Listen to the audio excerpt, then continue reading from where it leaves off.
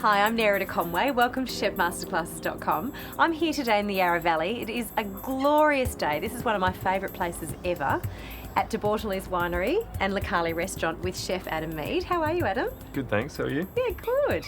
Thank you so much for helping me out today. I'm very excited because one of our beautiful members, Eloise Hunter, has sent me an email in asking for some help. Now, she's having a dinner party just for some friends. There's no special occasion or anything, but she'd like to do a 4-course degustation with match wines that is actually delicious and really special, but not crazily hard. What have you come up with for me for course number 1?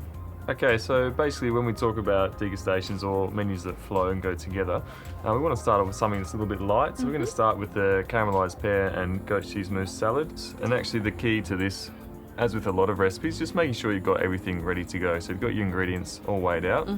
So we've got some cream here that we've separated into a few different vessels. We'll go through that in a minute. We just need to whip this cream first, and that's the first step.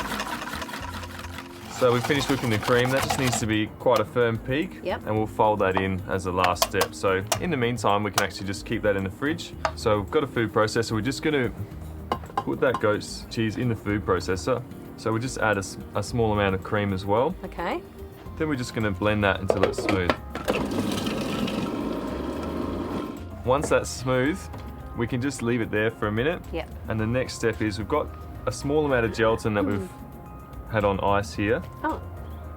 Just to bloom. Okay. Or to soften. Now, is that just a gelatin sheet? It's a gelatin sheet. It's actually 3/4 of a gelatin sheet in this quantity. If you've got a specific measurement of gelatin and you put it in water, it may be warm, it starts to dissolve, it's going to affect the consistency of your final product. So you don't want it to dissolve? You want it to be soft, but you want to have obviously the exact amount of gelatin that you put in there, not have some gelatin that's dissolving in lukewarm water. So next step, we're going to heat up a small amount of cream just to dissolve that gelatin. So as soon as you start to see some bubbles in that cream, that's enough and you can turn it off. You're just going to squeeze out the excess water from the gelatin and add it to that small amount of cream.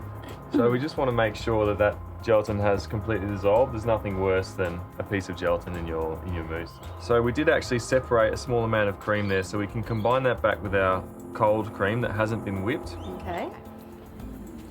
So the next stage, we just want that on ice to cool down so the gelatin will start to set. Could you put it in the fridge instead? Yeah, you can put it in the fridge. I mean, you don't actually, it's not a key step, the ice. It's just that chefs, we tend to cool everything on ice. We want everything to cool down, as quick as we can. It's just a habit from a food safety point of view. So the goat cheese goes in with the cream first. And then we're folding all that together. And if it cools down too quickly, you'll notice that it is quite difficult to get it to work smoothly through. Really, it's just about bringing it down. For us, we want to bring it down so it sets quickly and that's it, job done. We're just going to fold in the cream. So to finish this, we're just going to add a tiny bit of lemon juice, a little squeeze, a little bit of salt, and that will just bring out the flavour that's there. Gorgeous. And that will just go in the fridge to set. How long will it take, roughly, to set? It would only take a couple of hours to set entirely. You could make it actually in the afternoon of the same day if you wanted to leave things to the last minute. But yeah, it will last 5 or 6 days in the fridge, so you can do it in advance. And, it's something that you can use for anything, really. That looks beautiful. So into the fridge, and then you're going to show me how to make the rest of the dish? That's right. Great. First step is the pear. So we said caramelised pear. So love pear.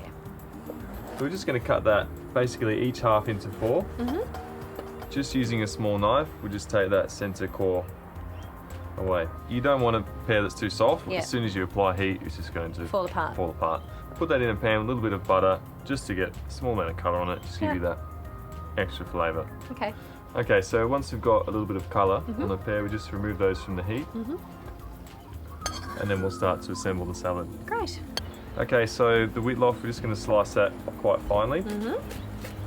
So we're just going to combine the ingredients.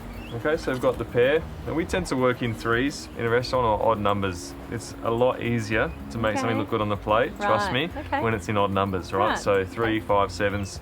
So a little bit of whitloaf, your favourite, watercress, we've got just fresh flat leaf parsley, okay, the sorrel, some walnuts. Love them. Which we can just crush as we drop them into the bowl there. And you didn't need to toast them or anything like that? I did actually toast these. Okay. Okay, we've got some of our dehydrated pear. Yep, beautiful. And then we've got some of the pickled carrot.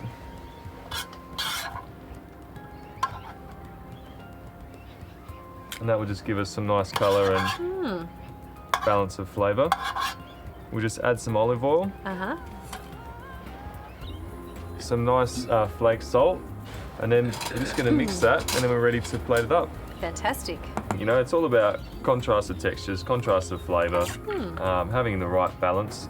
And then the last two ingredients are our goat cheese mousse, which we've had in the fridge, and then we can finish it with the balsamic vinegar. So as Leanne said, the Rococo Blanc de Blanc will go beautifully with this entree, and something quite light just to get you started for your Personally, evening. I think that goes with everything. But anyway, I could stay on that all night, but anyway. So, thank you. And look, the colours even work, you know? Everything works together. Cheers. Cheers. Thanks for entree. Yep. And looking forward to Ready your for the next course.